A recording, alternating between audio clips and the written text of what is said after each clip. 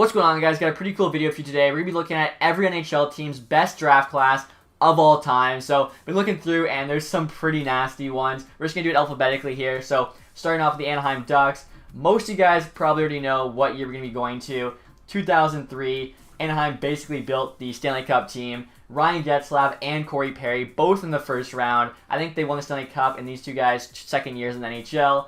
Obviously, both all-stars. Perry has, declined a bit faster than Getzlaf, but still in their prime, unreal players. On top of that, too, they actually got a couple just decent NHLers. Drew Miller, Shane O'Brien, both put up over 500 games. I mean, it's a pretty unreal draft. Again, we'll take a look at Getzlaf here. 830 points, 984 games. He actually never won an NHL award, which I was kind of surprised by. At the bottom we'll show, which you guys can see here with Perry. 776 points there, 988 games. And that unreal year, 2010-2011, 98 points, where he won both the Hart and the Maurice Richard. And again, back in 2007, both those guys played huge roles in helping Anaheim win their first and only Stanley Cup. So that's why we had to go to the 2003 draft class. Now, having said that, one I like almost more, it's so close, is 2011. Anaheim, their draft's insane. So first round here, they get Raquel, obviously legitimate first line for the NHL right now, one of the best contracts in the league. Follow that up with John Gibson in the second round, in my opinion, top 10 goalie in the league. Maybe top 5, probably not, but for sure top 10. William Karlsson as well in the second round. He actually didn't play much for Anaheim, I think, 18 games total, but still, he's Vegas first line center now, had an unreal breakout year last year, or 2 seasons ago. That's it, already is insane. Then you get Josh Manson in the 6th, and he's a legitimate top 4 defenseman right now on the Ducks. So, 2011 draft is pretty unreal, but like I said, we still gotta give it to 2003. Also, another thing to note, Raquel and Gibson both came from Maple Leafs picks. Leafs traded up, trading the 30th and 39th pick to draft Tyler Biggs, which is honestly hilarious to me, especially when you guys see later in this video what the Leafs' best draft class of all time is. It's not even close to this Ducks 2011 draft. And real quick, guys, I want to thank Squarespace for sponsoring this video. If you need a domain, website, or online store, Squarespace is the all-in-one platform to help you build your online presence and run your business. So if you guys looking to start a website, look no further than Squarespace. They have a ton of different custom templates and layouts you can choose from, one that'll surely fit your need. As well, if you sign up today, you actually get a custom URL free for the first year. They also have a lot of tools for SEO and analytics that will really help you drive people to your website, and this will allow you to look behind the scenes and see what's working and what's not. So head on over to squarespace.com for a free trial, and when you're ready to start, go to squarespace.com/TacTixHD to save 10% off your first purchase of a website or domain. And next year, guys, with the Arizona Coyotes, and one quick thing I want to point out, for the draft class, we're only including the current franchise. So, for instance, Arizona, we're not including Winnipeg draft picks. Carolina, we're not including Hartford picks, Colorado, Quebec, etc. I feel like if your franchise folds, then clearly drafts were not good enough. I don't know. We're just doing the current franchise. And I'm saying that because Arizona's aren't that great. For Winnipeg's, though, they really weren't the best either. It'd basically just be picking a draft class that had Solani and that's it, or Shane Doan and that's it. I think Winnipeg actually took Shane Doan with their last ever draft. But for Arizona, for me, it's probably 2016, which kind of makes sense. They had 2 picks there in the top 16, Clayton Keller, Jacob Chychrun. Keller was actually a bit of a reach at the time, but proved to be a very good player. Chychrun has had some injury issues, but looking like a solid top 4 defenseman. Time will tell. And moving on here, guys, we have the Boston Bruins. Their best draft class honestly shocked me. I didn't realize they got all these guys in the same year. It was such a sick draft. Bruins fans probably know this. I did not. 2006, 5th overall, you got Phil Kessel, 2-time Stanley Cup champion Phil Kessel. Second round, they got Milan Lucic, and third round, they got Brad Marchand. That is unreal. All 3 of those guys in their prime were first-line forward. Lucic was definitely, fallen off a bit of a cliff, but still, Kessel and Marchand are both sick. I think all 3 of those guys in the same draft, that is unreal. There's no other way to put it. Like I said, Kessel's 2-time Stanley Cup champion. You want to Bill Masterton, averages pretty much a point per game. Brad Marchand, same thing. He just keeps getting better and better. First 100-point season. Obviously, Lucic at one time was the best power forward / enforcer, whatever you want to call him, player in the NHL in my eyes. 2006 was just a great year for the Bruins. And look at the Buffalo Sabres now, guys. We're going to go way back for this one, but it's worth it. So their best draft, I should say, was 1982. You guys might recognize a couple of these guys. Phil Housley and Dave Andreychuk both one put up 5 short of 1,500 games played. The other put up over 1,500 games played. Both had over 1,000 points. I mean, they did have 3 first-round picks that year, but still, Phil Housley and Dave Andreychuk, pretty insane. And you can see Housley there play the first 8 or so years of his career in Buffalo. Dave Andreychuk, of course, is like a Buffalo legend. Played for them for a long time before going to Toronto, eventually Tampa Bay. And next up, guys, is the Calgary Flames. We're also going way back for them. Their best draft class of all time was 1984. Look at that. You got 4 dudes who played over 1,000 games. Gary Roberts, might have heard of him. Paul Reinham, you might not have heard of, but still had 1,000 games played. Brett Hall, yeah, I've heard of that guy. I actually sometimes forget they drafted Brett Hall. 6th round pick as well. Not too bad, over a point per game. Like, what does Brett Hall's accolades look like here? They're probably unreal. Lady Bang, Hart, Lester B. Pearson, Garrett Memorial, again, goals there, 741, one of the best goal scorers of all time. Insane shot. And after that, they actually still get Gary Suter there. Again, 1,100 games played, 845 points. If you guys didn't know, he's actually Ryan Suter's uncle, so I thought that was pretty cool. I guess I can see a bit of resemblance there, so again, what a draft class for Calgary. And if you wanted a bit more of a modern one, the best modern draft class would be 2011. Sven Barchi, decent top 6 player. Granlund, decent middle 6, maybe bottom 6, and then Johnny Gaudreau in the 4th. Still gotta be like one of the best 4th round picks of all time, but again, 2011 draft, it doesn't quite compare to that 84 draft. Like, are you kidding me? 4 guys 1,000 plus, Hall, Roberts, it's just unreal. And next year, guys, we have the Carolina Hurricanes, and they have a pretty sick draft. A lot of people probably don't even know about. So back in 2010, they got Jeff Skinner 7th overall. Turned out to be a great pick. He won the Calder Trophy that year, and I think he made the All-Star game, which is an insane rookie. Buffalo last year looked like he was going to score 70 goals. I still think he's a very good player. Justin Falk in the 2nd round was their #1 defenseman for many years. He might still be. It's like him, Jacob Slavin. And then in the 7th round, they got Frederik Andersen, who I think is the top 10 goalie in the league right now, obviously playing on Toronto. And he actually got drafted twice. So he got drafted by the Carolina Hurricanes back in 2010 in the 7th round. Then again by Anaheim, 3rd round of 2012. So Carolina definitely messed up there, letting him, go back to the draft. But still, they did draft him, so we're going to count it. Skinner, Falk, Andersen, the first-line winger, a #1 defenseman, even if low-end, and a starting elite goaltender, all in the same year.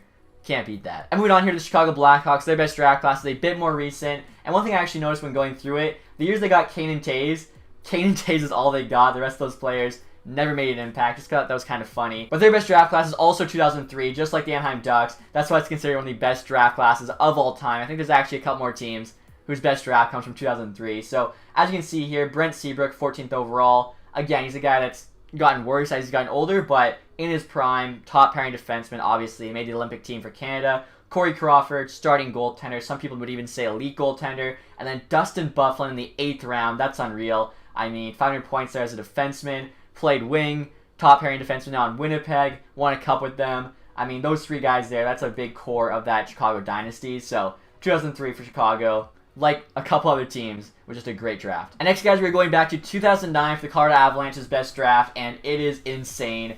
Matt Duchene, Ryan O'Reilly, Tyson Barrie. You got 2 first-line centers, a #1 D-man, one of the best puck-moving defensemen in the league. He's going to get paid at least, $9 million this summer. I think he's going to be so good on Toronto this year as well. So anyone playing fantasy hockey, I would definitely be taking Tyson Barrie. Again, Duchene just got paid by Nashville. He's a first-line center. O'Reilly is the MVP of the playoffs this year, one of the best defensive centers in the league. And what's kind of crazy is all 3 of these guys have been traded from Colorado. No one's on the team anymore. Honestly, looking at this draft, I can't believe they were able to build a solid contender around these 3, but Colorado's in a very good spot now with McKinnon, Rantanen, Landeskog, Cale Makar. So although it didn't happen with those 3 as the core, the new core looks very, very good. So Avalanche fans can't be too upset. And next up, guys, is the Columbus Blue Jackets. I thought for sure the year they drafted Rick Nash would be their best draft class, but back in 2002, they had nobody else to go along with him, so I just couldn't do that year. But what I think is going to be the best draft class for them is actually 2015. Zach Werenski, 8th overall, looks like a great pick. Solid top pairing defenseman as well. They got Gabe Carlson, end of the 1st round, and Marcus Navera in the 7th round, which is honestly a steal of a pick, looking like a very solid top 4 defenseman. So if Navera and Carlson both turned into what they're supposed to be, same with Werenski, they got half a top 6 there in one draft, which you definitely, you can't argue with that. It's pretty awesome. And moving on here to the Dallas Stars. This might be the franchise with the worst draft classes of any team. They are able to get good players. Like, they got Heiston in 3rd overall. I think they stole Klingberg in, the 5th round one year, right there in 2010. The thing is, they can only draft, 1 guy per year, it seems, so it's super tough to pick a best draft class for them. So I ended up going with 2007, as that's the year they got Jamie Benn, arguably best player on the team. He's their captain, won the Art Ross Trophy. As well, they got him in the 5th round. And I feel like if they were a steal, it gives it a bit more value for me because it's hard to pick good guys later than earlier, obviously. As well, they got Colton Sevier there in the 4th round, so just a little bit of an extra push, I guess. Again, Jamie Benn, a very, very good player. 650 points there, 745 games. Art Ross Trophy back in 14-15, captain of the team. The only thing I thought was pretty funny, I almost went with a different year just because it was jokes. 2005, they got Matt Niskanen and James Deal, but even though both those guys are solid NHLers, I figured that essentially means they drafted Alex Goligoski that year, and Jamie Benn is a bit better than Alex Goligoski, so that's why I felt 2007 made a bit more sense. And next year, guys, we have my favorite team, the Detroit Red Wings, and honestly, this draft class is unreal. It's definitely the best one yet, and it's not the year they drafted Zetterberg or Datsyuk. Those years, they actually only got those guys, so similar, I guess, to Kane and Taves. Like, Detroit got Zetterberg in 99, that was it. Datsyuk in 98, that was it. But if you go back to 1989, look at this draft class. First round, 11th overall, you got Mike Sillinger, 1,000 games, 500 points, not too bad. Third round there, though, a guy by the name of Nick Lidstrom, arguably best defenseman of all time. It's him or Bobby Orr. Not a bad third round pick. 1,500 games played in the NHL, 1,100 points. Fourth round, you followed up with Sergei Fedorov. Are you kidding me? Highest scoring Russian-born player of all time until Ovi just passed him. I learned that in the quiz video. 1,200 games played, almost 1,200 points, almost at a point per game. I mean, that's a pretty nasty third, fourth round pick. You then got Dallas Drake there in the 6th. Also put up 1,000 games in the NHL, almost 500 points. Also, in case some of you guys watching are young and don't know, Nick Lidstrom pretty much owned the Norris Trophy for half his career. As you can see here, he won it 7 times. Like, they've almost named it the Lidstrom Trophy. The dude, like I said, it's him or Bobby Orr for best defenseman of all time. Sergei Fedorov as well was an absolute beast. You can see there a Hart Trophy, couple Selke trophies, Lester B. Pearson Trophy, and I actually almost forgot 11th round there. What an 11th round pick of Vladimir Konstantinov. Almost had 500 games played in the NHL. Would have had more, but I think he was stuck in Russia. I remember watching that documentary about it. So the fact that they had him as well in the 11th round, I forgot, tells you how good the 89 draft was. Honestly, this might be the best draft class of all time, but we'll make that call at the end of the video. And next year, guys, with the Edmonton Oilers, who possibly have the only draft class that can even compete with Detroit's, and as good as McDavid is, it's not 2015. We're actually going all the way back to 1980. They drafted Paul Coffey, 6th overall, one of the best defensemen of all time. Probably top 5 for sure, maybe top 3. As you guys can see there, 1,500 points in 1,400 games as a defenseman is absolutely unreal. I think he's second all-time for defensive scoring as well as second all-time for points per game as a defenseman, only behind Bobby Orr. 3 Norris trophies there. Dude's an absolute stud. Big part of those Stanley Cup winning teams. As well, they got Yuri Curry that year. 4th round. What can be said about him? 1,400 points in 1,200 games. Again, huge part of those Stanley Cup winning teams. The dude is just ridiculous. Both Hall of Famers. And on top of that as well, they got their starting goaltender there, Andy Moog. 700 games played. I don't know if he was ever like elite, but he was definitely their starting goaltender. Good enough. And then they got this Walt Podumbany. I don't even know how to say his name. Podumbany guy.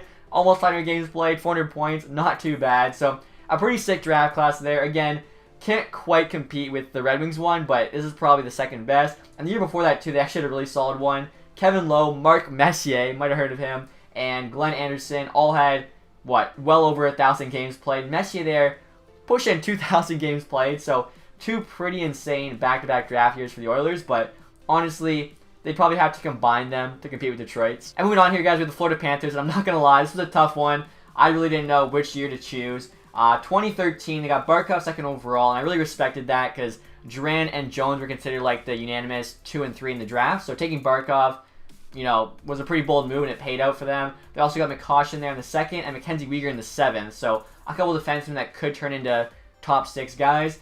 But I feel for them, their best draft was 2011. Huberdeau 3rd overall. Especially last year, really like breakout year for him, 90 points, proved the 3rd overall status. As well, they got Vincent Trocheck in the 3rd round, very, very nice 3rd round pick. True like 2nd line center, could even play him on the 1st line if you need to. So I feel like 2011 for them was their best draft. Now in terms of quantity, I guess, over quality, 2010 had a lot of quantity. You had Eric Goodbranson, Nick Bjugstad, Quentin Howden, I guess, Alex Petrovic, Jonas Donskoy, Zach Hyman. So that one had like the most everyday NHLers, but really no one there, even on the level of Trocheck, let alone Huberdeau, so that's why I decided to go with 2011. And after that, guys, we had the LA Kings, and they were the complete opposite of Florida. Their best draft class was pretty obvious. You go back to 2005, they got Anze Kopitar in the 1st round, 11th overall, and then Jonathan Quick in the 3rd round. So those 2 guys, you have your first-line center, arguably best player on the team, it's either Kopitar or Doughty, and then your elite starting goaltender in Quick, who you built your team around and won 2 Stanley Cups with. Pretty obvious. Kopitar is also one of the best 2-way centers in the league. 2 Selke trophies, the Lady Byng. Jonathan Quick, I don't think he's ever won a Vezina. No. You got 2 William M. Jennings trophies and a Conn Smythe trophy. So, 2005 for LA. pretty good year. Moving on here to the Minnesota Wild. Their best draft class ever was actually their first ever draft, believe it or not. 2000 draft. You got Marian Gaborik 3rd overall, which is the face of that franchise for so many years. And then Nick Schultz there in the 2nd round.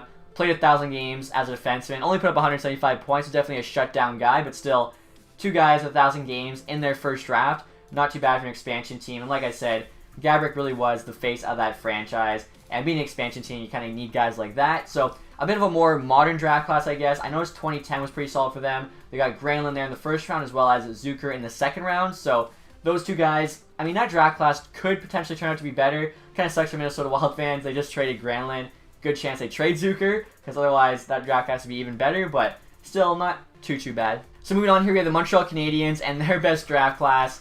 You got to go way back, way back. This is the oldest one, I think. 1971. You got Guy Lafleur, 1st overall. Obviously, like, what can you say about him? One of the better players of all time. As well, you have Larry Robinson in the 2nd round. Very good defenseman. Almost 1,400 games played. Almost 1,000 points. You guys have never heard of him. Played a ton of years for the Montreal Canadiens. Both those guys were big parts of those Montreal Canadiens dynasties. You can see there 2 James Norris and a Conn Smythe for him. And then Guy Lafleur, like I said, one of the best to ever play.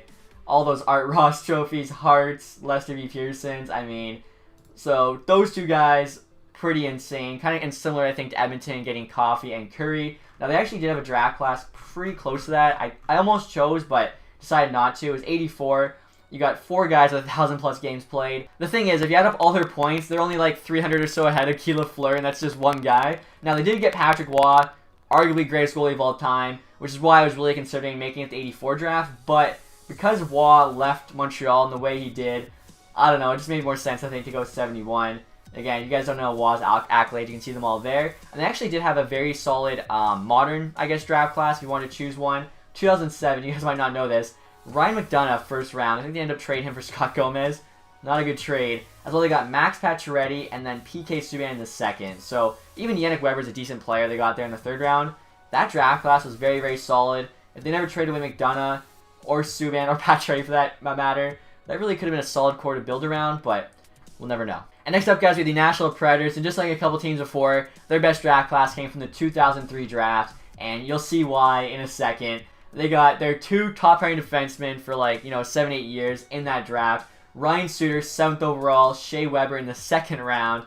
Both those guys, or I guess, yeah, with 7-8 years, they were just the top pair in Nashville, absolutely dominated. And the fact they got them both in the same year is pretty insane. Especially, too, I think Shea Weber's considered the better defenseman for most of their careers, and they got him in the 2nd round. He did win one Mark Messier Leadership Award there, so pretty insane they got both those guys in the same draft. I mean, imagine going into a draft, your defense is kind of shaky, and you come out with not 1, but 2 #1 defensemen.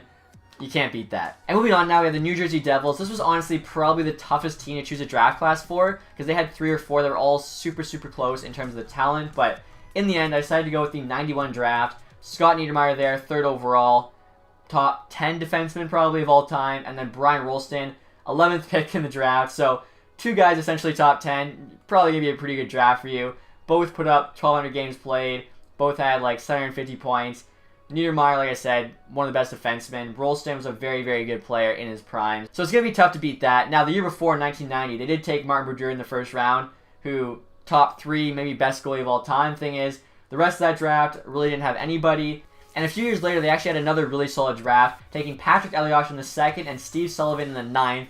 Both had over 1,000 games. Patrick Elias, 1,000 points. I don't think he ever played for another team. Yeah, all 1,200 of those games came from playing for the Devils, so that's pretty impressive, which is why I was really leaning towards potentially doing the 94 draft, choosing Elias over Niedermayer, but I think based on talent, Niedermayer probably was the better player. As well as 98 there, they got Scott Gomez and Brian Giunta, so that was another really solid draft. Both had 1,000 games played. Not quite on the same level of player, though, I think, as Elias or Niedermayer. So New Jersey, pretty good in drafting. They just got that last draft, had Jack Hughes in it. Maybe this is like the new best draft class ever. Time will tell. Now for the New York Islanders, guys, we're going old school again, going way back here to the 70s. 1974, Clark Gillies 4th overall, and Brian Trottier in the 2nd. After that, they actually had a couple other decent NHL players. Langevin there and Persons both had over 500 games played. Trottier, though, a lot of people don't realize, 17th all-time in scoring. The dude had 1,400 points there and under 1,300 games played. Pretty insane for a 2nd-round pick. And then Clark Gillies as well, solid player, almost 1,000 games played, 700 points. So 74 draft there was very, very good. I think that definitely played a big part in those, Islander dynasties. Dennis Potvin the year before that. One of the best defensemen of all time. I see they also got Dave Lewis there at 1,000 games played. And the year before that, they got Bob Nystrom, who obviously was a big part of those teams. So pretty impressive. But for a modern best draft class for the Islanders, it's actually 2009. I know it's going to sting a little bit, but you got John Tavares, Calvin DeHaan, Mikko Koskinen, Anders Nielsen, Casey Zizekas, Anders Lee. Like, that's actually pretty insane. I almost just picked this draft class outright, and I'm still not sure if I made the right call with the 74 draft, because Tavares is an insane player. If he's not franchise, he's like an elite player for sure. Calvin DeHaan's a top 4 defenseman. Then you got Koskinen, currently starting goaltender for the Oilers. Anders Nielsen, I think he's the starting goaltender for the Senators this year. He's probably going to take over Anderson's role. Zizekas is a solid bottom 6 guy. And then you got Anders Lee, the new captain of the Islanders. Very solid top 6, even first line winger. So the 2009 draft for the Islanders was actually pretty unreal. Also, guys, totally forgot to show you the Islanders 77 draft. So a few years after they got Gillies and Trottier, they got Mike Bossy, one of the greatest goal scorers of all time, and John Tonelli, who had 1,000 games played, 800 points. So if you're wondering why the Islanders won, was it 4 straight Stanley Cups? They drafted well for 4 or 5 straight years, and that was the result. So obviously, next year, guys, we have the New York Rangers, who honestly I think have drafted really well the past few years. We'll see if it pays out for them with this rebuild, but for their best draft class of all time, you got to go back to 1990, where you have some pretty good players. Doug Weight, Sergei Zubov, as well as Sergei Nemchinov there. I mean, Doug Weight, very, very good player. 1,000 points, 1,200 games played. One of the best power forwards, I'd say, of all time. Sergei Zubov, very solid defenseman. 1,000 games played, almost 800 points. And then Nemchinov here, I really don't know much about. 350 points, 760 games. Look to have had a solid NHL career. So on top of those two guys, not too bad at all. And like I said, Doug Weight, one of the better power forwards, I think, to play. King Clancy Trophy there. I didn't know that. So 1990 for the Rangers. Pretty good year. And next year, guys, you have the Ottawa Senators. So this one was a toss-up for me between 2 years, but decided to go with my birth year. That was 1994, as they got the best center of all time in that draft, Daniel Alfredsson, along with Radek Bonk. Not a bad draft. You get your best player of all time, and then Radek Bonk, pretty decent player, almost 1,000 games played, 500 points. If you guys didn't know, Alfredsson, his entire career for the Senators until his last season, decided to go to Detroit, join the Swedes. Calder Trophy, King Clancy, Mark Messier, not too bad. The one draft I was kind of thinking about was 96. You got Chris Phillips there, first overall, as well as Sandy Salo. So 2 solid defensemen. Andreas Dackel there as well, decent player, I guess. 600 games played, 250 points. Not going to lie, don't really know too much about him, but I feel like Alfredsson and Bonk, you're not going to top that for the Senators. And after that, guys, we have the team the Senators were rivals with for most of Alfredsson's career, and that was the Philadelphia Flyers. I remember watching Hockey Night in Canada when you had Ottawa versus Philly, Alfredsson versus JR. It was honestly some of the most entertaining hockey ever. I wish we had got some more, like, I don't know, just true rivalries like that. But for the Philadelphia Flyers here, we're going back to 2003. Best draft class there. Jeff Carter, Mike Richards, both taken in the first round. Alex Picard there, Colin Fraser, both okay NHLers, just kind of a bit extra, I guess, for that draft class. Now, Jeff Carter, Mike Richards, both big reasons why the Philadelphia Flyers made the Stanley Cup Finals that year. Unfortunately, of course, for them, a loss to Chicago Blackhawks, but if they would have won, I feel like Philly would have just went completely different direction, wouldn't have traded both of them. And I mean, they still have a lot of pieces from those trades. Voracek, of course, they got for Carter, still in the team, playing that first line. And as I mentioned this, guys, remember that Philadelphia also got a first-round pick back with Voracek for Carter, and that first-round pick was 8th overall in 2011 and turned into Sean Couturier. So, Couturier and Voracek for Jeff Carter, not a bad trade at all. Then Mike Richards, of course, they traded for, I think, Braden Shen and Wayne Simmons. Shen just won a Stanley Cup. They got first-round picks back for Shen. Just traded Simmons. So I feel like both these guys had quite a big impact on that franchise, and honestly probably don't get quite the credit they deserve for helping that team make it to the Stanley Cup final. Honestly, I feel like if the Flyers would have won the Stanley Cup, these two guys would be heroes, so because they only fell 2 games short, I'm saying Philly's best draft class, still 2003. After that, guys, we have the Pittsburgh Penguins, and I'm not even lying right now, we have a tie. This team had 2 identical drafts, 21 years apart. I'm sure you know the first one. 2005, they get best player in the draft. The next one, Sidney Crosby. 1,200 points, 943 games played. You can't really say much more about Sid the Kid. If you guys watched that podcast on Spittin' Chicklets, the intro that Ryan Whitney did speaks for itself. All the awards there. Easily top 10 player all time, maybe even top 5 player all time. On top of that, they got Chris Letang in the same draft. Very good defenseman, a #1 defenseman. It's like, not only did they get the best player, but they also potentially got the best defenseman from that 2005 draft. I'd have to go look at it. So, pretty unreal. But 21 years before that, they did pretty much the exact same thing. 1984, they get Mario Lemieux first overall. Some people say he's the best player of all time, better than Gretzky. I don't know about that. They're definitely, it's close. I think for me, Gretzky's probably still number one. Look at all the awards there. The dude, I think he has like 1,700 points in 900 games. Almost averaged 2 points a game. Like, are you kidding me? And in that draft as well, they got a very solid defenseman, Doug Bodger, 9th overall, over 1,000 games played, over 500 points. Like, it's pretty much the exact same thing. The first overall, the best, generational player, and then a very good defenseman with another pick. So, I don't know. Lemieux is better than Crosby, but the defenseman they got was picked 9th overall, whereas Letang came from the 3rd round, which is a bit more impressive. So, like, it's pretty much exactly equal. Like I said, we have a tie here for Pittsburgh. Deal with it. And after that, guys, are the St. Louis Blues, and their best draft class actually came pretty recently, back in 2010.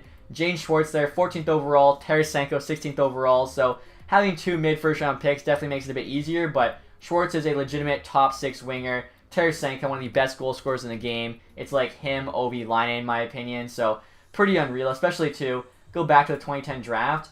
Sorted by points here. Tarasenko's 4th behind Sagan, Hall, and Skinner. And I think, was he 3rd in goals there, but was taken 16th because of the Russian thing. So, a very good pick. The fact they got him and Schwartz just, definitely helped that rebuild. I'm seeing, too, they got Bennington the year after that. So, didn't look like much at the beginning, but what a steal now in the 3rd round. And moving on here, guys, we have a team that's drafted very well recently. Big reason why they're such a dominant force in the NHL. That's the Tampa Bay Lightning. Now, their best draft class does come from 20 or so years ago. If you guys are familiar with them, you know why.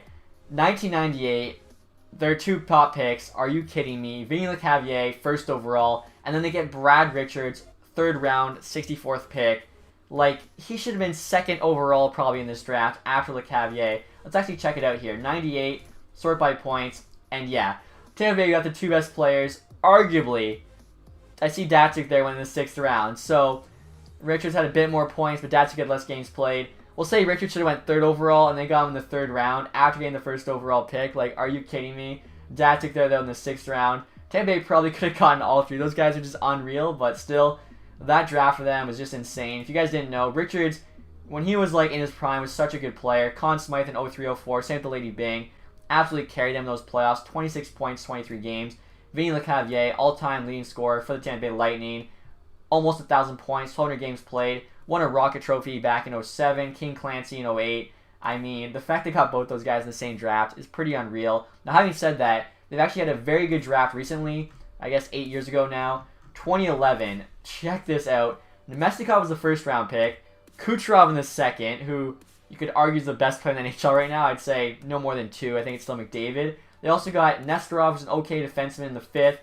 7th round pick, Andre Palat. So, is that as good as Lecavalier and Richards? Probably not quite, but that 2011 draft was honestly stacked. Now, next year, guys, we have the Toronto Maple Leafs. You might remember at the beginning of the video, I said how they wish they had the 2011 Anaheim Ducks draft. You're about to see why. So, honestly, I think their best draft class is 2015. Mitch Marner, 4th overall. The fact that they took him over Noah Hanifin is huge. And obviously, of course, Marner, he's for sure the 3rd best player from that draft. Potentially even the 2nd. Depends how high you are on Eichel. I personally think Eichel's a slight edge on Marner, but I'm sure some people have Marner as the 2nd best player from that draft, only behind McDavid. Travis Dermott there in the 2nd round, looking like a solid, young, top 4 defenseman. Jeremy Bracco, I believe, is going to be a good NHL player. Hasn't quite made the leap yet. As well, they got Dmitry Timashov in the 5th round, who I think is going to turn into a solid NHL player. If you guys don't know, he's playing really well right now in the AHL. This year, he had basically 50 points there in 72 games playing for the Marlies. Should turn out to be like a 2nd or 3rd line winger. So, Mitch Marner, really good. Then you got Dermott, top 4. Bracco and Timashov should be NHLers. I feel like the best draft for them is 2015. Like, I went looking through this, guys. And the Maple Leafs, kind of similar to Dallas. Like, this here is a lot of just average, nothing great. Tulowitzki, Kuhlman, Holzer, Stahlberg, Komarov. Like, that's 100% quantity over quality. Strowman there with Tuukka Rask. Honestly, maybe it's 2005. Neither of those guys, like, Rask never even played for the Leafs. It might be 2005, though. You get an elite goaltender there, a solid top 4 defenseman in Strowman. Steen, Stajan, I mean, neither of those guys are really, like, as good as Marner, in my opinion. So, like, looking through, like, I don't know, it was just tough. The Leafs really don't have a great draft. I know one year they did get the 1st overall pick. They got Wendell Clark, but that's all they got from that 85 draft. So, going through, it was so tough. I decided to kind of be optimistic, go with the 2015 draft. Again, time will tell. And so the complete opposite of the Leafs, where I couldn't decide what their best draft was. The Canucks is pretty obvious. It'd be the year where they drafted Daniel and Henrik Sedin, second and third overall, back-to-back. No one else in that draft class ever played a game for them. No one else in that draft class needed to play a game for them. They got the Sedin twins. I mean, what else can you say? 1,300 games played each, 1,000 points each. I mean, whole career for the Canucks. You can see the awards there. Art Ross, Ted Lindsay, King Clancy for Daniel. Henrik there. He got an Art Ross, a Hart, and 2 King Clancys. And honestly, guys, I feel like Brian Burke making the trade to land both Sedin twins is one of the best moves ever made in the NHL. And following the Canucks, guys, we have the Vegas Golden Knights. Only have 3 drafts to choose from. Their last draft I thought was really solid. Payne Krebs at 17 is a great pick. I think it's just because his injury he fell. And then Kane Korschek there in the second round I think is also a really good pick. But we got to go with 2017. They had so many picks. Cody Glass, Nick Suzuki, Eric Brandstrom, all in the first round. Nick Hague in the second round is a really good pick. They've actually since traded Suzuki for Max Pacioretty, traded Brandstrom for Mark Stone. So that kind of tells you they had a really good draft when you see the return they got for these prospects before they even made it to the NHL. 2017, huge year for Vegas. Not only do they have a sick draft, but of course that season makes a Stanley Cup final. And next year, guys, are the Washington Capitals, and pretty fitting, their best draft class is very similar to the Penguins. They, of course, had Crosby and Letang. Well, Washington, they got Ovechkin and Mike Green, so you get the first overall pick, best goal scorer of all time, arguably, highest scoring Russian of all time, and then you get the solid offensive defenseman there in Mike Green late in the first round. So 2004, great year for them again. Looking at, look at that. Maurice Richard, just, how many does Obi actually have? 2, 6, 7, 8. He's going to get more. Like, the dude's just a scoring machine. It's absolutely unreal. And they actually had a pretty close draft if it wasn't for Obi, I guess, being part of the 2004 draft. 2008, they got John Carlson, currently their #1 defenseman, and Brain Holtby, currently their starting goaltender, who's an elite goaltender in the NHL, probably top 5 in the league, and they got him in the 4th round. So 2008 was a close second, but without a doubt, you got to go 04 for the Capitals. And finally here, guys, we are looking at the Winnipeg Jets. So kind of like Vegas, they don't have too many drafts to choose from. A bit more than Vegas, though. And I actually went similar to the Leafs here, going with their 2015 draft, kind of based on how I think it's going to turn out. So they got Kyle Connor there, 17th overall. I'm huge on Kyle Connor. I think he's an awesome player. Hope he gets paid this summer. And I think him falling to 17, great pick by the Jets. Jack Roslovich there at the end of the first round should be a top 6 NHLer. They also got Michael Spacek there in the 4th round. Should turn into like at least a middle 6 guy. Mason Appleton tearing up the AHL. He had like, what, point per game there last year, or I guess 2 seasons ago. And this year he had almost a point per game. Again, should be an NHLer. And then they finish off there with Sami Niku in the 7th round, who has also been tearing up the AHL. I think he won Best Defense in the AHL last year. Probably going to make the jump to the NHL this year. So 2015 draft for the Jets, very, very good. And that is every single team, guys. Like I said earlier, I don't think any team beat the 89 Red Wings draft. Like Lidstrom and Fedorov, and then you add on top of that, it's just unreal. You can't beat it. So being a Red Wings fan, I'm pretty happy with the best draft class of all time. And as always, guys, I'd love to hear from you in the comments section. What did you think about this video? Do you agree or disagree with my picks for each team's best draft class? As well, guys, if you're watching this, if you haven't subscribed yet, please do that. If you did enjoy the video, leave a thumbs up. Thank you guys as always for watching. Have a nice day. Goodbye.